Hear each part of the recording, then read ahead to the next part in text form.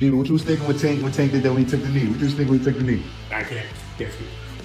Can't speak on that? Yeah. He did some bullshit though? No personal opinion, nothing? Calm down, listen to me. Hey, come on now. We're trying to get it. Come on now. We're trying to. After the recordings of the conversation between Dant Davis and his corner were leaked, it became clear to everyone in the boxing world that trouble was ahead. As if that wasn't enough, audio recordings of Dvon Davis and the referees also found their way to the public. This was the final tipping point, the last straw that set everything off. Initially, it became the main reason behind Lamont Roach's appeal. Steve said fight out of the clinch. That's what we were going to do. He came in the back and was like, I'm going to let you fight out, especially if one arm is loose or whatever the case may be. Unfortunately, the New York State Athletic Commission chose to downplay Lamont Roach's efforts and dismissed the importance of the leaked recordings. This decision only sparked even more controversy in the boxing world. The situation was simple. I saw the ref start counting, Lamont Roach Jr. said. But then I noticed the ref stopped and saw him go to the corner. As the New York State Athletic Commission continued to review referee Steve Willis's poor handling of Roach's knockdown of Dant Davis during Saturday night's fight, the situation caught the attention of many. A panel discussion on Pro Box TV covered the issue thoroughly on Wednesday. If they had done one thing right, Lamont Roach would have won the fight, said Dan Raphael, a veteran boxing writer. He also shared his views on his Substack. That bad night by Willis cost Lamont Roach a championship and robbed him of the chance to hand America's top fighter his first loss. Everything went wrong for Roach, and it felt like all the bad decisions were stacked against him. Teddy Atlas, the host of a popular podcast, also gave his honest thoughts on the incident. When asked about the controversial moment in round 9, he didn't hold back in his criticism of the refereeing. I'm sorry. I'm terrible. I am, but I'm ashamed of myself. I am so cynical, but this sport has made me cynical. I'm sorry. I don't see anyone's. Teddy Atlas suggested that the referee might not have been good enough, and even implied that he could have been influenced, as he would never have treated Roach the same way. We need better refs, Atlas said. Refs who are more educated, trained, and know how to make the right calls. I'm not going to say honesty was the issue, because I don't know if that's the case. But we definitely need referees who are confident in their decisions and bold enough to stick to them.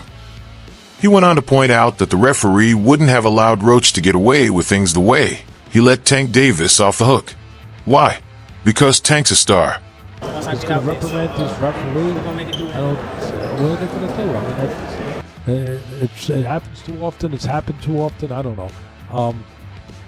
We need a national commission. That's the only thing I can think of, but we're not. He went on. I think he set a record for the most fans ever at Barclays Center. Correct me if I'm wrong, but I believe they hit a new attendance record, maybe even a gate record. They've had concerts, basketball games, and fights there, but he still did big numbers. He's a star. He brings in the crowd, has a huge fan base, and consistently delivers solid pay-per-view numbers. He added, I don't know the exact numbers for this one, but he's one of those guys who always brings in strong pay-per-view figures. All of that comes with him. One right now.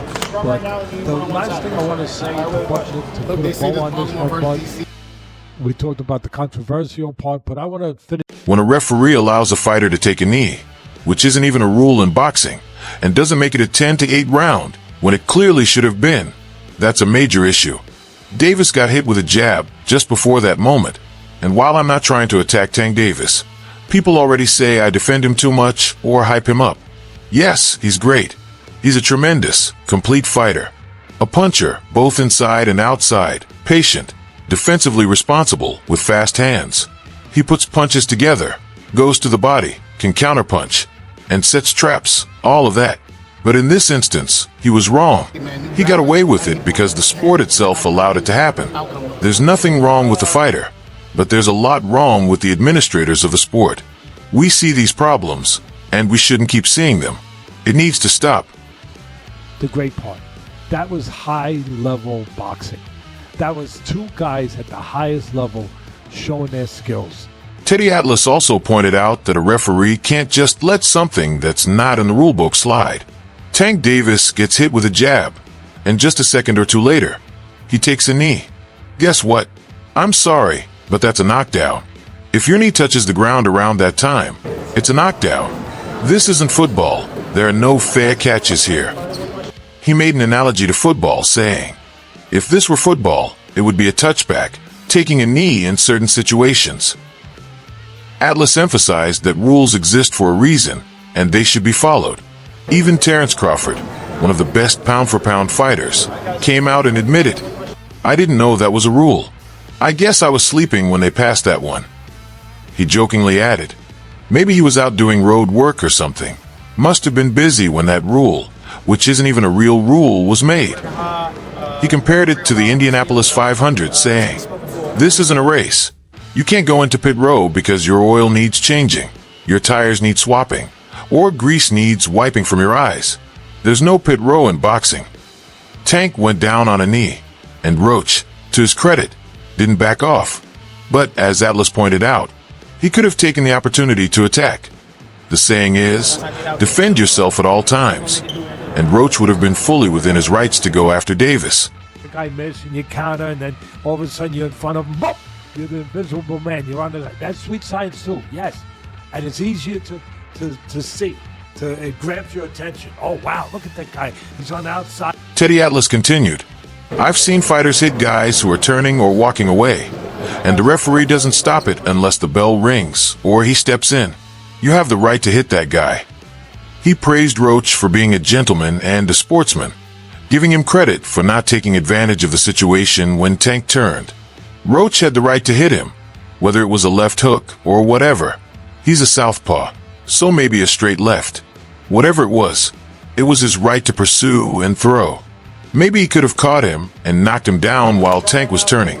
It wouldn't have been the nicest thing to see, but he wouldn't have been wrong. However, Atlas made it clear who was in the wrong. The one who was wrong here was Tank, and the referee who allowed him to take a knee, go to his corner, get whatever was obstructing his vision wiped away, and then go back to work. He emphasized that if the referee had scored that a 10-8 round, which it technically should have been, Roach would have won the title instead of just getting a draw. A lot of people with a plus 900 ticket are feeling pretty good right now. He added, Middle of the furnace.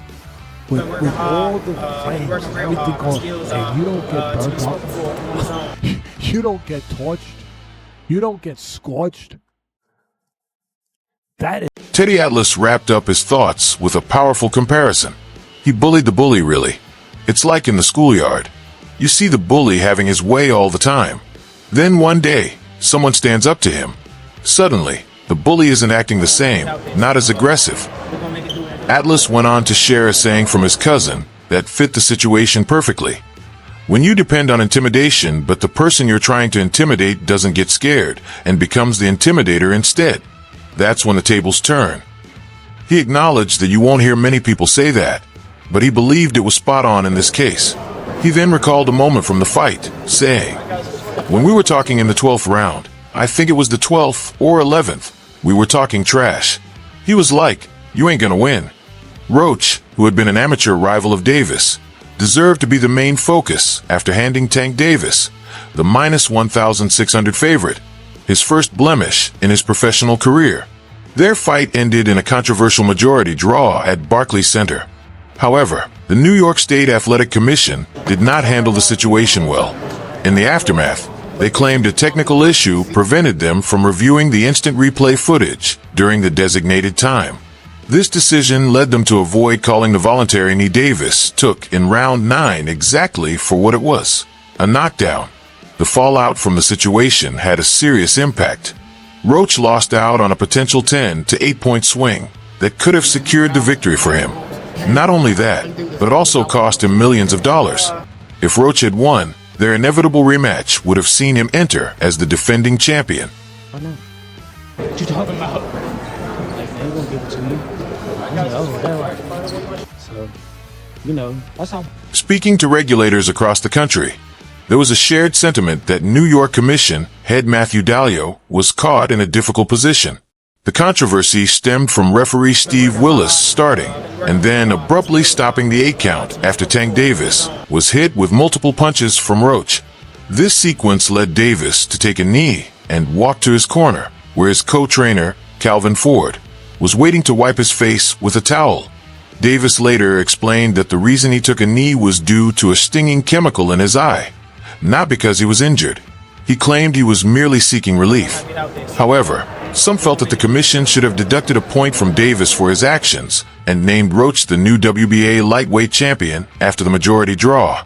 Others, however, believed this would be unfair to Davis, a knockout artist who might have fought more aggressively in the final rounds if he had known that he was about to be penalized for a knockdown.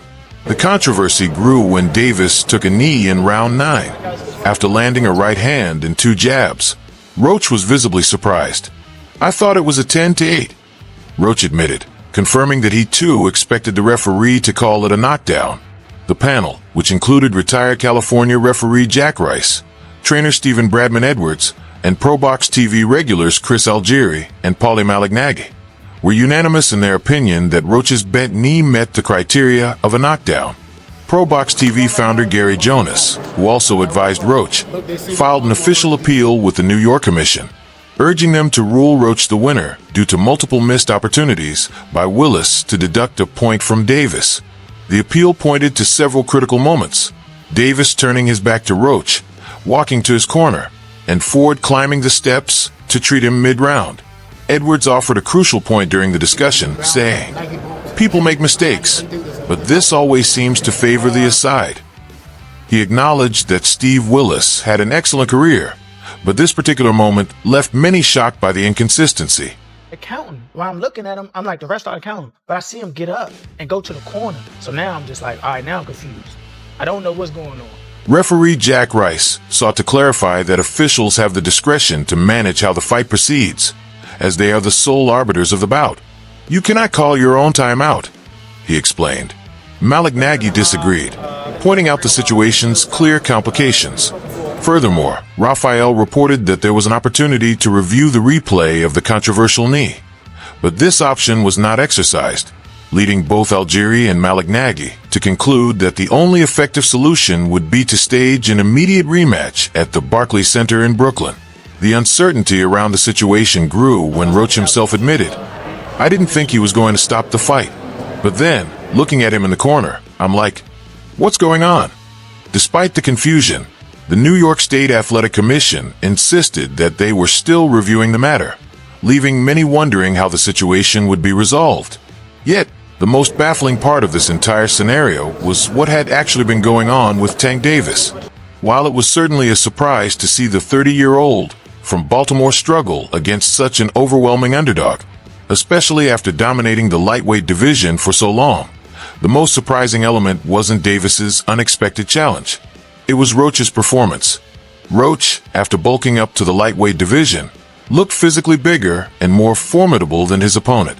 With the confidence gained from growing up alongside Davis in the same boxing circles, Roach authored the most impressive performance of his career, leaving many fans and analysts in awe. It's sad to say, that's how boxing works. I'm not, totally upset. I figured with a superstar.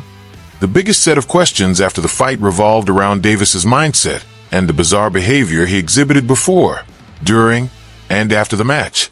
This led many to wonder, was this just an off night for one of boxing's pound-for-pound best, or had Davis lost the competitive fire and killer instinct that had once made him a box office star? Tardiness from star boxers is not unheard of, especially Davis, who was nearly 2 hours late for the 2023 kickoff press conference against Ryan Garcia in December. But this time, Davis took his lateness to a whole new level. He unapologetically showed up nearly 4 to 5 hours late for his first event with Roach in New York, and then followed it up by being 90 minutes late to the weigh-in the following Friday. During fight week, Davis remained playful and loose, which is typical for him.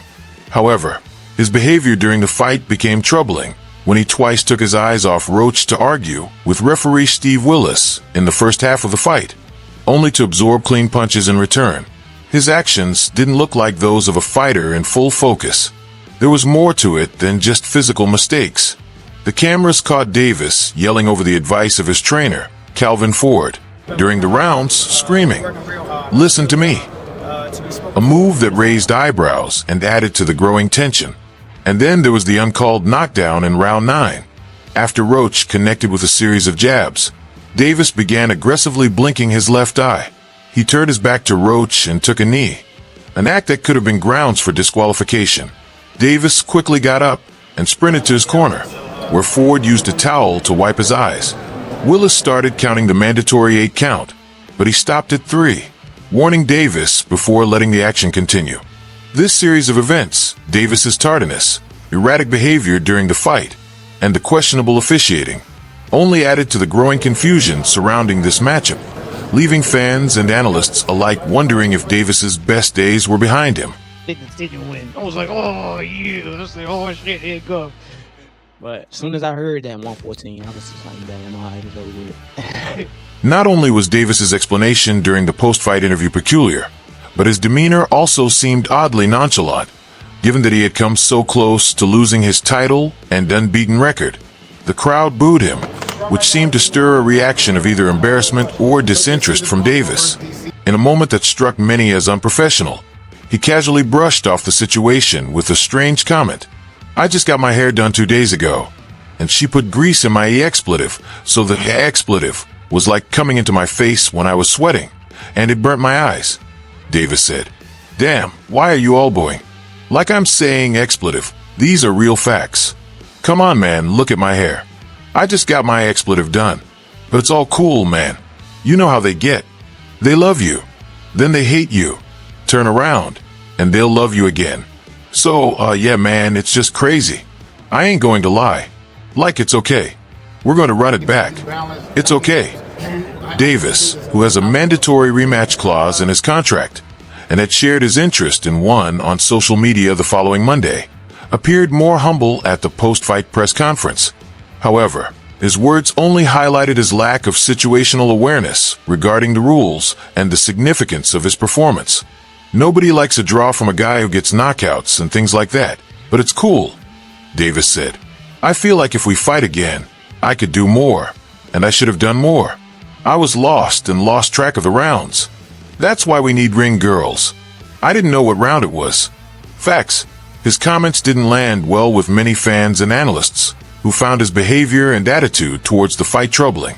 It raised concerns about his focus and whether he had truly taken the fight seriously. Even with the mandatory rematch on the horizon, questions surrounding Davis's mindset and approach to the sport lingered. Can you describe what the feeling was like in the ring? And was it to get the towel out, to get the burn out of your eyes, or what was going on? And I didn't want to get caught. I didn't want to get caught while my eyes were burning. You can get knocked out like that. So I'd rather take the knee, Davis explained, trying to justify his actions in the 9th round. But I didn't really know that you could get disqualified for receiving mid-round corner assistance. When Willis started counting, I was like, what the hell? But it's cool. During a chat with Colin McGann on IFL TV, Oscar de la Hoya, the Golden Boy, discussed the controversial moment. He pointed to referee Steve Willis, who, in the 9th round, missed an important infraction by Davis. After receiving a blow from Roach around the eye, Davis turned around and went down on one knee. According to de la Hoya, this action should have been penalized as a knockdown, costing Davis a point, and in turn, the round should have been awarded to Roach. I think a draw was meant to be, so I like the draw, de la Hoya said. When asked about the knee, he didn't mince words. If you take a knee, man, we don't know who the commission or the referee is in fact. I was surprised that the referee allowed that to happen because that referee is a professional referee and has experience. De la Hoya also expressed surprise at the performance of Lamont Roach, who he believed had given Davis significant trouble throughout the fight. I just feel that Roach did extremely well against Gervonta Davis. I think Lamont Roach was on his game, and it was a great fight, said Oscar de la Hoya. Davis is a fantastic fighter, but Roach showed that he can hang with the best. De la Hoya's praise for Roach added a layer of respect to the fight, further highlighting the unexpected competitiveness of the match and raising questions about Davis's focus and approach. Did you take a knee in the 90s or in 2000? You're taking a point off. That's the bottom line. You're taking a point off. I don't know what happened with the referee. Maybe he was a little starstruck. Maybe he was a little... Boxing promoter Eddie Hearn recently shared his thoughts on the New York State Athletic Commission's review of the controversial fight between Gervonta Davis and Lamont Roach. Hearn doesn't believe the NYSAC will overturn the result of the fight, which ended in a majority draw, but he does expect a rematch to take place. The fight, held at the Barclays Center, was marred by a ninth-round incident where Davis took a voluntary knee without it being ruled as a knockdown, which sparked a review by the commission. Hearn noted, "One thing that's kind of baffling is that it wasn't a knockdown. I mean, look, he wasn't hurt. There's no doubt about that. But if you take a knee in a fight and you touch down while punches are being thrown, it has to be a knockdown."